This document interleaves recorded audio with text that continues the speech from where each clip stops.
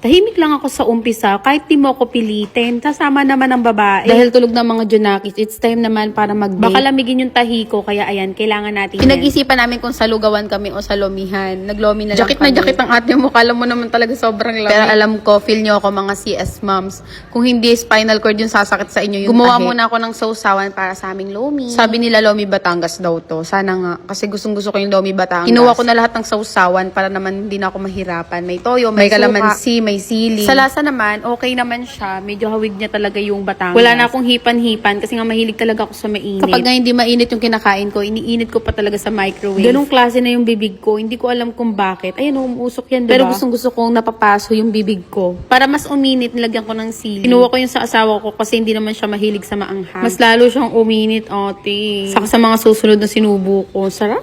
Naghati lang pala kami sa lomi kasi hindi naman kami nakakaubos talaga ng lomi. Pangtanggal lang ng cravings, ganon. Tapos kung gusto mo lang ng sabaw. Pasensya na kung gabi mo ito mapanood. Kasi naman nakakagutom naman talaga kapag gabi. Pinagsisihan ko pa yung longganisa ko. Nag-crave kasi ako kasi napanood ko kay Doc Alvin, masama daw ang longganisa. Kaya isa na lang yung kinain ko, tapos yung isa sa asawa ko na lang para di ako mapadami. Saka matagal na naman akong hindi kumakain itong longganisa. Defensive. Sabi ko nga sa asawa ko, di mo ko kailangan pilitin kapag kainan. Kahit saan mo ako dalhin, pwede Basta ako. Kakain ha. Kapag di kakain, wag na lang. Mag-isa ka na lang, ganun. Grabe, busog na busog ako. Alam mo, naubos ko yan lahat. Tapos pa yung may sisig kami, ito yung best part dyan, oh, yung maanghang-anghang. Tapos umiinit yung bibig ko, hanggang lalamunan ko. Ay, nako. Acid reflux, hello. After namin maubos, umuwi na agad kami. At ayan, wala kaming panghimagas. Kaya kumuha ako ng yung pinanghugas ko dyan, pwede yan sa mga fruits, tsaka gulay. Lumalakas ako kumain kasi nagla-light exercise na rin Sa ako. mga may puno dyan ng mangga, nako, tiba-tiba na naman kayo. Tagmangga na naman ngayon. In demand na naman ng ating bagaong na MQ. Anong gagawin sa pisngi ng mangga? Edi kakainin na. Para makaligo na rin at makahiga na rin kasi tulog na rin yung mga anak ko. So yun lang, sobrang busog na busog ako.